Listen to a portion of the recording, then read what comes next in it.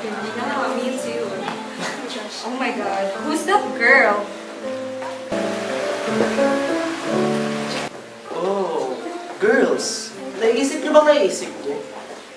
Yeah, look at her outfit. Di ba siya yung pinakamatalino back then? I know, right?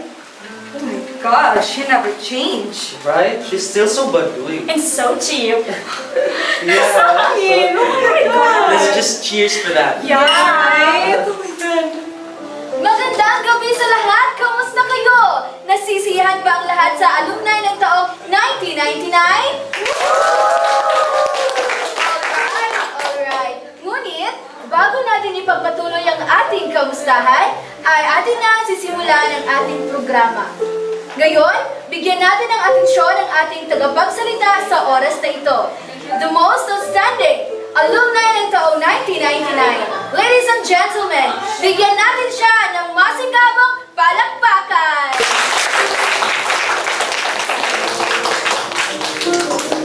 Maraming salamat, Binibining Wilfred. Magandang gabi, mga mahal kong alumni!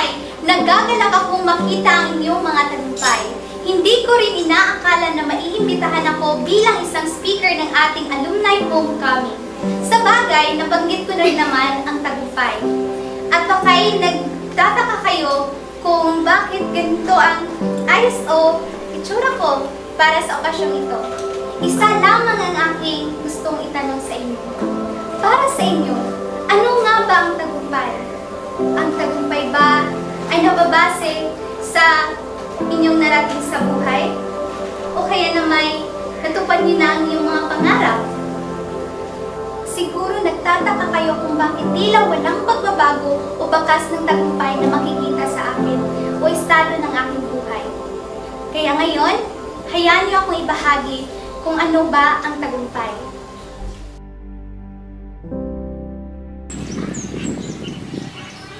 Mga bata, gusto niyo bang magbasa ng libro? Opo! Like,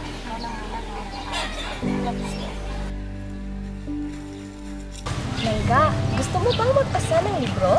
Pero hindi po ako marunong magbasa. Huwag kang mag-alala dahil tuturuan kita. Salamat po. Sa tulong na iyon, nagkaroon ako ng inspirasyon at paghahangad upang mag-aral at nakipagsapalaran ako upang maging guro.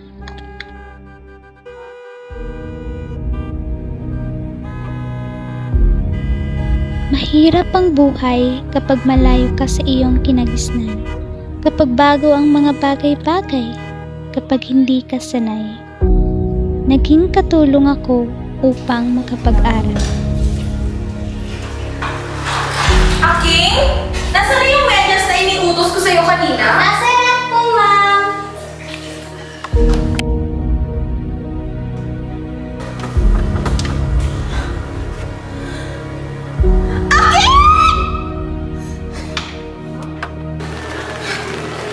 Istupida ka talaga! Bobo! Mahirap, ngunit kapag naaalala ko ang aking pamilya at mga tao sa aming komunidad na umaasa sa akin, binibigyan ako ng lakas ng loob upang magpatuloy. Nais kong matuto, nais kong maglingkod, nais kong tulungan at bigyan ng pagbabago ang aking komunidad. Nais kong tulungan ang mga batang matuto.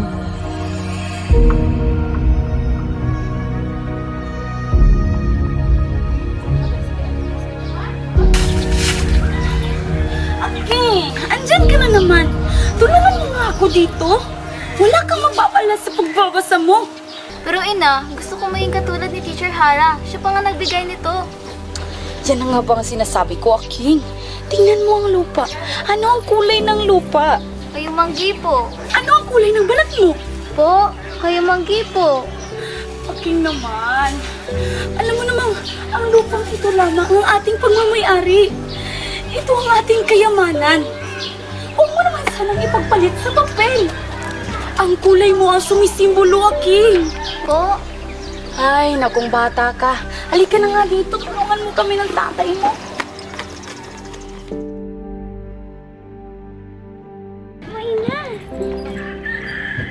Hindi ko talaga aakalain na sa kakulitan mo mag-aral noon, ganito ang mangyayari sa iyo, Aking. Tiyak na matutuwa sa iyo ang iyong ama. Salamat po, Inay. Okay, 1, 2, 3. Ako buhay update para si Don. Ako buhay update, ako update. Buhay update para si Don. Oh, Iha, anong iyong problema? Ma'am, ayoko na pong mag-aral. Bakit naman? Hindi po para sa akin ang edukasyon. Nararapat lang po ito sa mga batang may maayos na pamumuhay at may maayos na pananamit. Hindi kagaya ko. Hindi po bagay sa akin ang edukasyon, ma'am. Alam mo ba, Iha, ganyan rin naman ako noon. Pero ganito, isipin mo yung gusto mong marating sa buhay. Isipin mo yung pangarap mo. Ngayon, ano nga ba ang tagumpay? Ang tagumpay ba ay nababase sa ilang bansa na apakan ng iyong paa? O kaya'y sa laki at kapal ng busa at pitaka? O kaya'y sa hikaw at kwintas at magagalang postura? Ang tagumpay ko ay ang aking pagiging isang lupa. Tagumpay ko ang pagiging kalumanggi. Lahat ng medalya, ginto at pera ay nawawala. Pero sila, binigyan nila ng silbi at halaga ang aking buhay.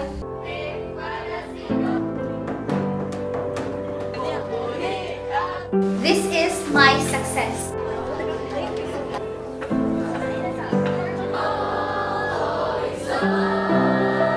Mao kini ang akong bahandi.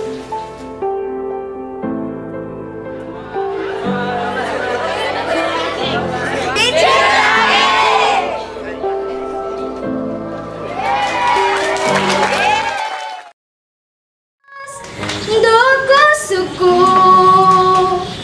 toko kayo tabalat ka, dolahong ko ayag, alahingan